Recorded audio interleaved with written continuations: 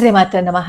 రజస్వల నియమాల గురించి మనం మన ఛానల్లో ప్లేలిస్ట్లో చాలా వీడియోస్ చేసుకున్నాం. అయినా చాలా మంది ఇదే విషయాన్ని పదే పదే అడుగుతున్నారు కాబట్టి కొన్ని విషయాలు ఈ వీడియోలో మనం చర్చించుకుందాం. నన్ను అడుగుతున్నది ఏంటంటే, ఇంట్లోకి రాని సమయంలో మనం ముట్టుకున్న వాటిల్లో ఏవి తడపాలి, ఏవి తడపకూడదు అని చెప్పి అడుగుతున్నారు. మనం ముట్టుకున్న బట్టలన్నీ తడపాలి. కానీ చెక్క, ఫోను ఇలాంటివి ఉంటాయి చూసారా, అవి ముట్టుకున్నా తడపవలసిన అవసరం లేదు. ప్లాస్టిక్ కుర్చీల్లో కూర్చోవచ్చు, అలాగే చెక్క బల్ల మీద కూర్చోవచ్చు, అలాగే ఇంట్లోకి రాని వాళ్ళు నడిచిన ఆ నేల మీద మనం కూడా నడవచ్చు, తప్పేం లేదు. కాకపోతే తడి ఉంటే అక్కడ పసుపు నీళ్లు జల్లుకుని అప్పుడు మనం నడవాలి అని చెప్పి చెప్తారు. అలాగే బట్టలు కూడా ముట్టుకోకూడదు. అందుకే మన పెద్దవాళ్ళు చెప్తారు, 3 రోజుల పాటు ఇల్లంతా తిరిగేసి అన్ని ముట్టేసుకున్న తర్వాత వాటిని అన్ని మళ్ళీ తడుపుకోవాలంటే చాలా కష్టం అవుతుంది కదా. ఆ 3 రోజులు పక్కన కూర్చున్నాము అని అనుకోండి, ఆ పక్కన కూర్చోటం తప్ప మిగతా పనే ఉండదు. తడుపుకోవటము, ఇల్లు తడి బట్ట పెట్టుకోవటము, శుభ్రం చేసుకోవటము ఇవన్నీ ఉండవు కదా. కాబట్టి పక్కన కూర్చోమంటారు. అంతకు మించి దాని వెనకాల ఒక సైంటిఫిక్ రీజన్ కూడా ఉందన్నమాట. ఆ సైంటిఫిక్ రీజన్స్ తో సహితంగా నేను వీడియో చేశాను, ఒకసారి వినండి.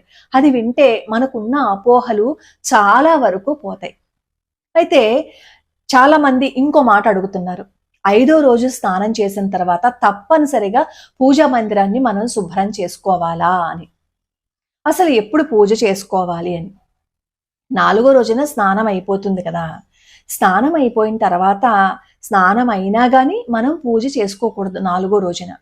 5వ రోజున మారు స్నానం చేసి అప్పుడు పూజ చేసుకోవచ్చు. చాలా మందికి 5వ రోజు తర్వాత కూడా ఇంకా ఇబ్బంది ఉంటూ ఉంటుంది.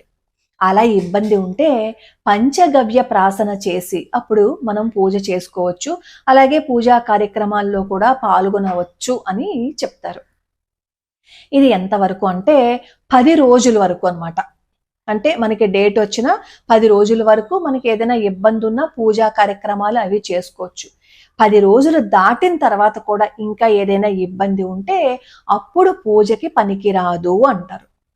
10 రోజుల తర్వాత కూడా ఇంకా ఇబ్బంది ఉంది అంటే మన శరీరంలో ఏదో మనం ఇబ్బంది పడుతున్నాము అనే కదా అర్థం.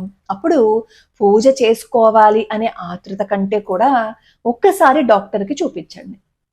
హార్మోనల్ ఇంబ్యాలెన్స్ వస్తుంది కదా, అలాంటప్పుడు ఏమవుతుందంటే ఎక్కువ రోజుల ఈ స్పాటింగ్ కనబడుతూ ఉంటుంది, అప్పుడు ఇబ్బంది వస్తూ ఉంటుంది.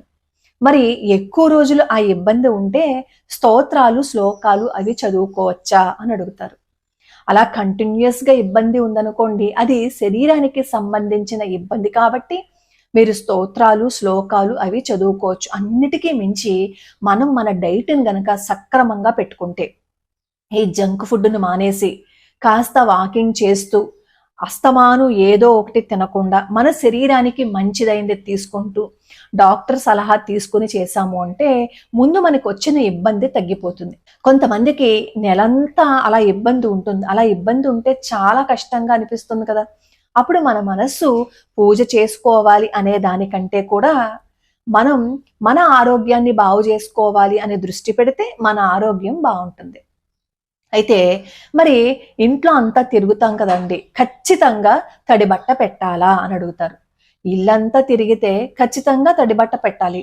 మీరు ముట్టుకున్న ఈ బట్టలు అవన్నీ ఉంటే చూసారా, అవన్నీ కూడా 4వ రోజు స్నానానికి ముందే అన్నీ తడిపేసి ఒక పక్కన పెట్టేయాలి. మనం స్నానం చేసిన తర్వాత పసుపు నీళ్లు జల్లుతారు కదా, ఇంట్లో ఎవరో ఒకరు పసుపు నీళ్లు జల్లిపినప్పుడు వాటి మీద కూడా పసుపు నీళ్లు జల్లించేయాలి. ఆ తర్వాత మనం ఏం చేయాలంటే వాటిని ఆరేయాలి. స్నానం అయిన తర్వాత వాటి మీద పసుపు నీళ్లు కూడా జల్లేసి, అంటే 4వ రోజే అన్నింటినీ తడిపేసుకోవాలి. ఇంట్లో ఎవరైనా సహాయం చేసేవాళ్ళు ఉంటే బయట కూర్చోడానికే మనం ఎక్కువగా ప్రాముఖ్యతను ఇచ్చాము అనుకోండి, ప్రాధాన్యత ఇచ్చాము అని అనుకోండి, తర్వాత ఇబ్బంది పడవలసిన అవసరం లేదు.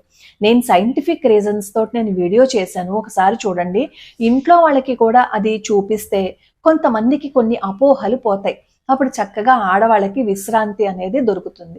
అలాగే ఇంట్లోకి రాని వాళ్ళు ఆ సమయంలో ముట్టుకున్న నీళ్ళని కూడా ముట్టుకోవద్దు అంటారు. కాబట్టి 4గో రోజు స్నానం చేసేటప్పుడు ఆ ముట్టుకున్న నీళ్లు గాని, ఆ ముట్టుకున్న పాత్రలు గాని ఏవైనా ఉంటే వాటన్నింటినీ ఒకసారి బయట పెట్టేస్తే, ఆ తర్వాత వాటి మీద పసుపు నీళ్ళు జల్లేసి లోపల తెచ్చుకోవచ్చు. వాటిని శుభ్రం చేసి పెట్టేశాక అనమాట. మనం ఇవన్నీ పాటించేది ఎందుకో తెలుసా? ఆచారాన్ని పాటించే చోట శక్తి ఉంటుందన్నమాట. అప్పుడు వెంటనే నాకు కింద కామెంట్ పెడతారు, మేము ఒక్కరమే ఉన్నామండి, మా ఇంట్లో సహాయం చేసేవాళ్ళు ఎవరూ లేరు.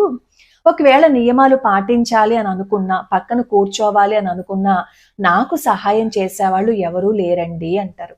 ముందు మంచి మాటలతో చెప్పి చూడండి. వినలేదు అని అనుకోండి, ఇంకేం చేస్తాం? తప్పనిసరి పరిస్థితి వస్తే అప్పుడు ఇంట్లోకి వచ్చి చేసుకుంటూ ఉంటారు. అలాంటప్పుడు కొన్ని పాటించండి. ఈ పరుపుల మీద పడుకోవటము, అలాగే బీరువాల్లో బట్టలు ముట్టుకోవటం అలాంటివి చేయకండి. అలాంటివి చేయకుండా ఉంటే స్నానం అయిపోయిన తర్వాత మనం ఇల్లంతా శుద్ధి చేసుకున్నప్పుడు ఆ బట్టలన్నీ తడిపేసుకుంటాం కదా ఆ స్నానం చేసేటప్పుడే. అలా చెయ్యండి. అన్నిటికంటే మించి ఒక మంచి ఉపాయం ఏంటో తెలుసా? మనం పూజ చేసేటప్పుడు చక్కగా ఉతికి ఆరేసిన బట్టలు, అంటే పూజకి ముందు రోజే బయట ఒక జత ఆరేసుకున్నాము అని అనుకోండి, పూజ చేసుకునే ముందు ఏం చేస్తాం? స్నానం చేసేసి ఆ బట్టలు కట్టుకుని పూజ చేసుకుంటే హాయిగా చక్కగా ఇబ్బంది అనేది ఏమి ఉండదు కదా. అయ్యో అంటే ఏమైనా కలిసిపోయిందేమో అని ఉండదు కదా. తర్వాత ఆ బట్టలతోటి ఇంట్లో తిరిగేయచ్చు పూజ చేసేసుకున్న తర్వాత. కానీ ఒక రోజు కట్టుకుని పూజ చేసిన బట్టల్ని మళ్ళీ మర్నాడు అవే వాడకూడదు. అవి కాటన్ అయితే.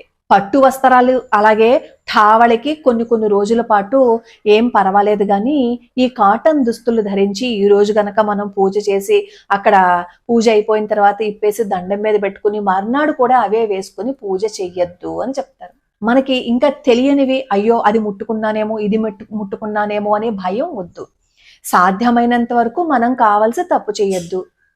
ఒకవేళ మనకి తెలియకుండా ఏదైనా జరిగింది అని అనుకోండి, దాని గురించి పెద్దగా ఆలోచించి ఆ సమస్యని భూతద్దంలో చూడకండి. నాకు ఎవరో కామెంట్లో కూడా పెట్టారు, నాకు నెలంతా ఇబ్బంది ఉంటుందమ్మా, ఈ స్తోత్రాలు శ్లోకాలు చదువుకోవాలంటే కుదరటం లేదు, అలా చదువుకోవచ్చా అని. నెలంతా ఇబ్బంది ఉంటే ముందు స్తోత్రాలు శ్లోకాలు చదువుకోవాలి అనే దానికంటే కూడా మనసులో నామస్మరణ చేస్తూ ముందు ఆరోగ్యం బాగు చేసుకోండి. మ్యాక్సిమం ఈ ఇబ్బందులు ఎందుకు వస్తాయి అంటే మనం తీసుకునే ఆహారం సరిగ్గా ఉండకపోవటం వల్ల, ఈ జంక్ ఫుడ్స్ అవి తీసుకోవడము, సమయానికి తీసుకోకపోవటము, అలాగే మనం ఎక్కువగా మన శరీరానికి వ్యాయామం ఇవ్వకపోవటము, వీటన్నిటి వల్ల, స్ట్రెస్ వల్ల, హార్మోనల్ ఇన్బ్యాలెన్స్ వల్ల, ఇవన్నిటి వల్ల వస్తాయి. ముందు ఆరోగ్యాన్ని సరిగ్గా చూసుకుని ఆ తర్వాత భగవంతుడి పూజ చెయ్యాలా వద్దా అనేది ఆలోచించండి. ఇంకా చాలా మంది అంటారు, నాకు 15 రోజుల పాటు ఇబ్బంది ఉంటుంది, 20 రోజుల పాటు ఇబ్బంది ఉంటుంది, మరి అలాంటప్పుడు మేము ఏదైనా పుణ్యక్షేత్రానికి వెళ్ళొచ్చా అని అడుగుతారు. సాధారణంగా మనకి శాస్త్రం ఏం చెప్తుంది అంటే 10 రోజులు అయిపోయిన తర్వాత, డేట్ వచ్చిన 10 రోజుల తర్వాత నుంచి ఇంకా ఎక్కువగా ఉంది అంటే అప్పుడు పూజ చేసుకోవద్దు అనే చెప్తారు. ఇది నేను చెప్తున్నవి కాదు, నా సొంతంవి కావు. శాస్త్రం ఏదైతే చెప్పిందో ఆ విషయాన్నే నేను మీకు తెలియజేశాను తప్ప నా సొంత విషయం ఏదే చెప్పలేదు. అన్నిటికీ మించి దీని వెనకాల ఎంతో సైన్స్ ఉంది. అది ఒక్కసారి వినండి మీరు. అది ఒక్కసారి వింటే మనం ఎన్నింటినో మార్చుకుంటాం.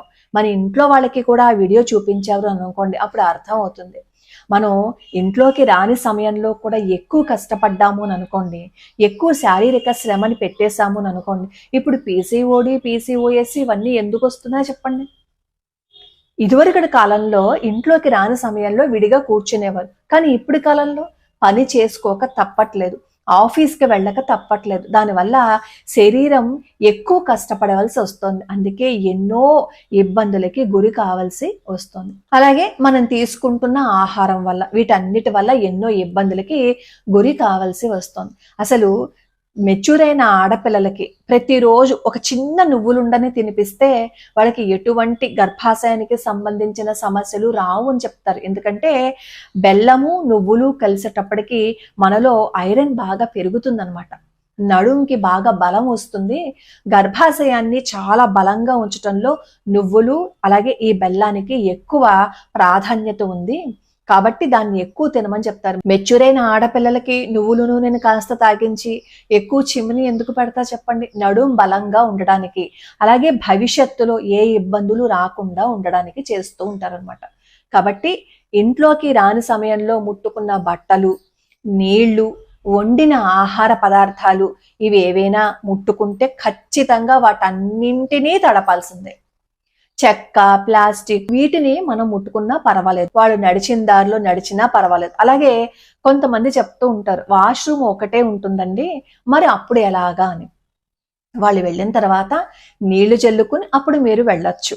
ఇవి చెప్పడానికి కాస్త నాకు కూడా ఇబ్బందిగానే అనిపిస్తుంది, ఎందుకంటే చాలా సార్లు అడుగుతున్నారు. కానీ ఇదే భూతద్దంలో చూసుకొని కొంతమంది భయపడుతున్నారు. కాబట్టి భయం కంటే కాస్త లాజికల్ గా ఆలోచించండి.